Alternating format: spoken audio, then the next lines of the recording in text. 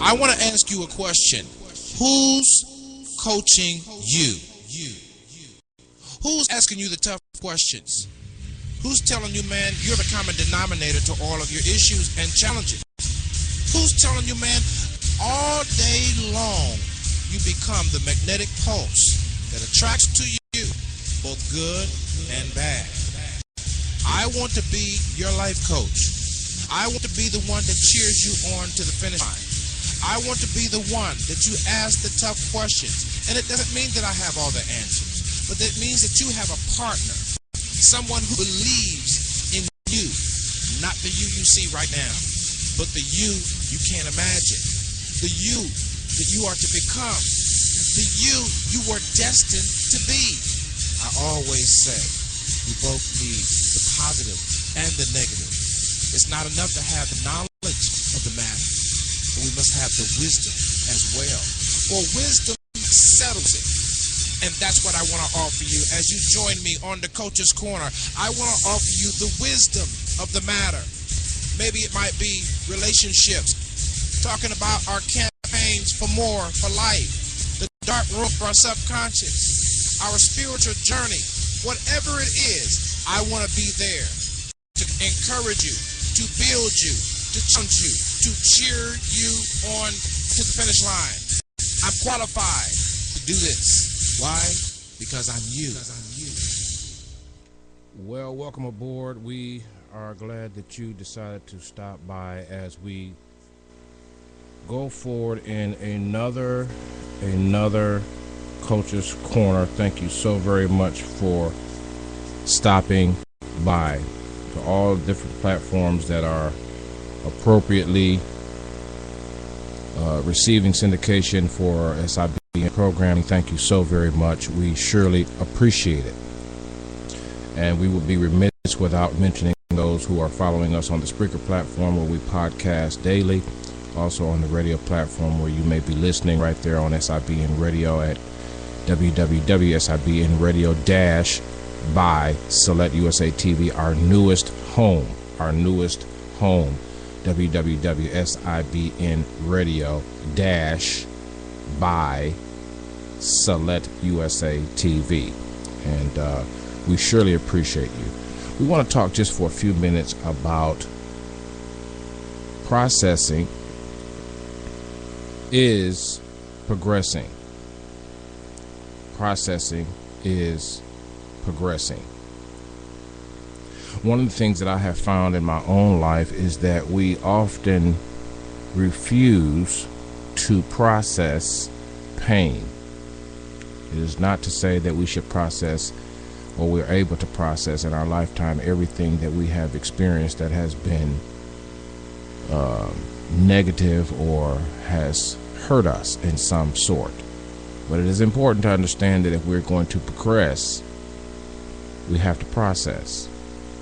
And many people do not like this word process in the authentic sense, because it requires truth from inside out and not just outside in. Outside in is truth that you hear that sounds good, and it may be good, may be actually factual or truthful or biblical or whatever, but until you embrace truth on the inward, truth from the outward is just words.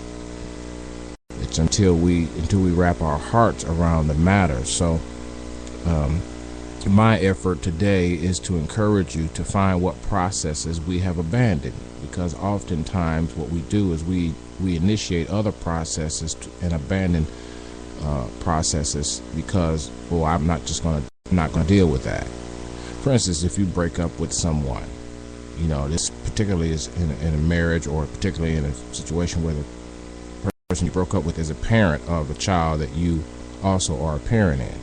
It's amazing to me that during the time of contentiousness, we want to say, oh, I'm done with you. That's it. You know what I'm saying? I have nothing else to do with you. But then we realize later on, as we grow in life, that person is still a part of the picture, because the child is involved, you see. And so we abandon that process and start a new process and carrying the same common denominator over into the new process because perhaps the new process seems to offer the peripherals of greater blessings and greener grass. And it all may be well true until the common thread, which is you or myself, the common denominator of all of our issues, show up, and then boom, you got a mark on the canvas that we didn't plan for. You see, we got a stroke of the brush that we have to cover up something that no one else should see from our past. So we abandon the process dealing with why, how, the logistics of why we broke up, and then we move into a new process with the new person, the new love, the new feelings, you see. And then we wonder why the similarities come back from the old process into the new. Well, because you stop processing that old situation. You just abandon it. Abandon the old process. And how many relationships have we abandoned, whether it be love interest, romantic, or even covenant relationships, mother, daughter, father, son, whatever the case may be? How many relationships have we abandoned because we don't really have the processing skills to progress further in the relationship? And this is what we should be talking about in church, but we don't talk about it as often as we should. And so often we hear the word forgiveness, but even in that, there is a process. Forgiveness is a process that calls you over time and over the levels of maturity or maturation levels, causes you to forgive. But just to hear that from the outside in, once you embrace this forgiveness factor, this is a form. This is one form of processing pain, letting go, and that requires true integrity. From the inside out, it requires true integrity, because only we can fool some people some of the time, but you can't fool all the people all the time. And people know when you let go and when you're hanging on. People know sometimes when you're hanging on without meaning to, but some people know when you're hanging on and you intend to hang on because you don't have anything to replace the pocket of pain that you feel. And so when we progress, we tend to celebrate and boast and articulate to our friends, family, and colleagues about the things that are happening, that seemingly, overwhelmingly, it seems, confirms that we're moving on. But you can't, I'm not trying to be redundant when I say this, but I wish we would understand that there is no moving on without moving in to move up and out. You have to move into your dark room, your subconscious, your spirit, your heart, to use lighter words. And you have to process the issues there. Not all of them, but you have to process the issues that oppose your progress. Maybe it might have been anger. Maybe it might have been, all of the things that we do are often the result of unprocessed internal psychosocial issues. And so we do things, and then what happens is we go get treatment, or we get counseling, or we try to break habits to stop doing things. But the process isn't finished. The process isn't finished for me. I have a lot of pain that I process every single day. Being on the microphone is processing for me, because frankly, I kind of think that the more celebrated way of life is just shut up and be quiet. Don't say anything. Maybe write it out and leave it at that. And I'm actually maturating toward more desire to write it out and leave it at that, because we say we want change, but we really don't know what we're saying. We say we want to get married. We say we want to get a new career. We say we want to go to college. I remember returning to college a few years back, and was doing quite well. But the student loan did not even allow me money for gas. In fact, if you're in the middle class in America, you have more penalties than promises. If you're in the middle class in America, if you're in the lower class, or if you're just coming into the middle class, it may be a little different. But once you're in the middle class, where you're making over $50,000 a year, you're penalized. The tax code penalizes you, and there's just a lot of penalties. There's very little things open for true middle class. And then, of course, the upper middle class may be also taxed a bit more, and less promises also for the upper middle class. And so I remember the student loans not allowing me any wiggle room whatsoever, and therefore I had to stop. And that was an example of a process that I truly analyzed, and a process that I truly was integral in. But I just could not continue. And look back on that and try to see other ways, and did also look at some other options, but it just did not work out. So I had to let that process go and progress on. Doesn't mean I won't revisit it, but that's just a true example of how you can let something go, but as long as you were integral in that process. If you break up with someone, most times we're not integral in, because most of us, we are not introspective. We don't look within to see, and then there are those that do look within, but they go to the extreme. They're extremists, emotionally speaking, psychosocially speaking. They're extremists. Well, it's all my fault. That's where you get statements where I'm just a bitch. It's all on me. That's the extreme. When I was in therapy as a child, they used to call that cop-outs. See, we cop out because we don't want to process. We don't want to deal with the issue on the table. We don't want to process because it's painful. It's painful to have to talk through disagreements. It's painful to have to have conflict and compromise in the same sentence. It's very painful to realize that your idea may not be a good one. It's painful to accept that the breakup, though it may point to the faults that are on the peripheral of others, it is your internal belief system that attracted that person to you. It's painful to accept these truths. It's painful to be truthful. So we have often abandoned processes, but we think we're progressing until similarities or life simulations of abandoned processes now revisit us in our so-called new progress. Well, I got a new girl now. And it's not to say that the new girl would not help you progress. The new guy won't help you progress. There's even a new thing in culture where I don't really even need a man, or I don't need to be married. I can do whatever. We have this thing in this culture where we can do whatever we want to, and it's going to be okay. And I want to say this to you, for those that are listening, that because most of you that are listening probably are responsible, but this is what we got to tell our kids, and this is what we got to tell our grandkids. It's gonna work itself out.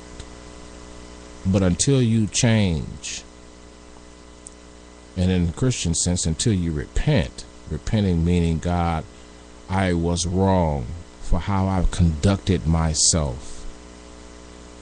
I was wrong to use this as an excuse to do this, and to put my parents or my grandparents or my husband or my wife through unnecessary hardship. See, there's no repentance in the land. We're not talking about fire, hell, and brimstone. We're just talking about folks who are internally sorry and not apologetic, but internally broken and contrite for the things that they do that are wrong. Well, there's no wrong. There's no wrong anymore. And so it makes it easy now for the process to be skewed with even greater pretentiousness. You see. And so we look at our lives as a community and we think that we're progressing because we all have tablets and smartphones. We think we're progressing because this generation now drives newer cars more often than its predecessor. We think that because we go to a mega church now that it's going to be okay. We think because we got a word pastor, it's going to be okay. It's not. Because after, let me tell you, let me give you an example of a process that's very dangerous. I used to know people who would go to 2 and 3 services. I know at the church where I formerly was a member before the church leadership broke up and the pastor broke up. A very famous pastor. If I called the name, you would know the pastor. Very famous, very big time, multi-million-dollar ministry. And I would know people that would go to 2 and 3 services. And the danger of that is this: whatever you hear, you're responsible for. Well, what does that mean in practicality? It simply means that you will be tested. There's an auto-generated test through and from the Word of God I'm talking about. There's an auto-generated test. It's not something that you elect to do and you can't opt out. It's an auto-generated test that occurs because it's built into the process. It's built into the process. Built in. Nothing you can do about it. It's involuntary. You don't sign up for it. You don't sign out for it. And when you sit through 2 and 3 and 4 services, because the word, quote unquote, is so good, you're going to be tested on all of that word. And some of the best who have sat through years of multiple services are at the worst in their lives because they did not realize and accept that they're going to be tested. You're going to be responsible for what you hear. It's like the mob. You know too much, so now you have a target on your back. It is better to go to one service and make it your business to try to follow that than be going to 2 and 3 services in one day, back to back, week to week, month to month, year to year. And you wonder why all hell is breaking out? Because now you know too much and there is a target on your back, spiritually speaking. So what happens is in that puzzled process, it is often abandoned. It is often abandoned. What is it that makes you sit through 2 and 3 services? Because knowledge puffs us up. Knowledge gives us the edge. Wisdom is better. Wisdom is better than knowledge. Knowledge is good. Wisdom is better. Our kids often boast about what they know. They know how to work the smartphone. They know how to maneuver the tablet. They know how to work with the capacity of the internet, but are using it to advance. Some are. But what is the wisdom of those experiences and those knowledges? And they post anything. Why would you post a picture of a brand new baby online? The reports are steadily coming out about people taking the pictures that we post and the other countries using them to advertise for whatever they want. The longitude and latitude and the region of all digital photos are imprinted in the code as photos are uploaded and downloaded. So we're talking about the process, day 29 in your progress. How are you doing? Your For More for Life campaign, have you decided to run for more? Most of us have. Are you working through your processes that you may truly progress and not have to backtrack, which is what's going to happen in many cases. You're going to have to backtrack because you abandon the process. I remember, as I said earlier, when I was in therapy as a child, one particular experience, set of experiences in 1976 in Maumee, Ohio, I was faced with group therapy. And in group therapy, your peers are your pressure, and the therapists and the facilitators are just there to maintain control. And I do mean control, because when you realize that you do not have the skills to cope or to deal or to interact, as your issue is on the table and mandatory that no other issue will be brought up to and on the table until the issue on the table is faced. And when you're in that type of intense therapy, the facilitators are there to make sure that everyone is safe from harm, because there will be not only a physical, emotional reaction of anger and being sad and mad and crying, but there will be some physical confrontation, because anger at the height of it explodes and expresses itself through the physical extremities and the physical elements of our bodies interacting with whatever is around that can bring damage, because we can't understand, we can't comprehend, we don't want to learn the skills because we're hurting. And I remember sitting in those therapeutic sessions so often, more than not, angry. See, anger also after a while becomes a smoke screen to not look at the integral parts of the matter. Well, it's easy to just be angry because I don't want to look at, the outline of what's going on. I don't want to face the fact that I may have to change my behavior or my reaction to my pain. So I just get angry. It's easier, it seems, anyway. And in that process, I remember there was a word, as I said earlier, that they often use while the peer group pressure was there, while the facilitators were there, and then, to ask questions and so forth and so on, and like, why did you do that? And I don't know. Well, that's a cop-out. We don't accept I don't know. Well, I don't know. Well, we don't accept that. That's why we're in this group. That's why we're in this therapeutic session. There were other things that were said that were considered cop-outs. And it was there at 12 years old, 1976, October, that I learned that we have to process our pain.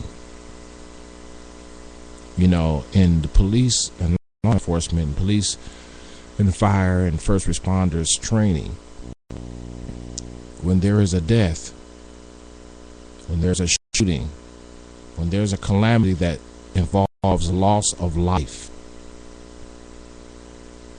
the department, and maybe also policy, that one sees a therapist or a psychologist or a psychiatrist.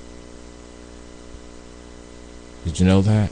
The first responders. And so in our lives, you and I are the first responders for our kids. We're the first responders for our aunties and uncles. We're the first responders for our mates. We're the first responders. You get where I'm going with this. But yet we won't process and get any help. But yet we think we're progressing. You done got left by your dad. You got raped by your uncle. You got hit on by your pastor. You were flirting with the bishop. You know what I'm saying? You were in 6 positions. You were abandoned as a child. But you didn't go get no help. And now you want to try to flaunt to me that you're okay. You're not okay. You're not okay. You had to feed yourself. You started working when you were 7. I need some help right now. You had to walk the streets. You had to take care of your siblings. You didn't have peace of mind. You didn't have security as a child. You want to come off to me as well, Jesus covers it all. Yeah, he does. I totally agree.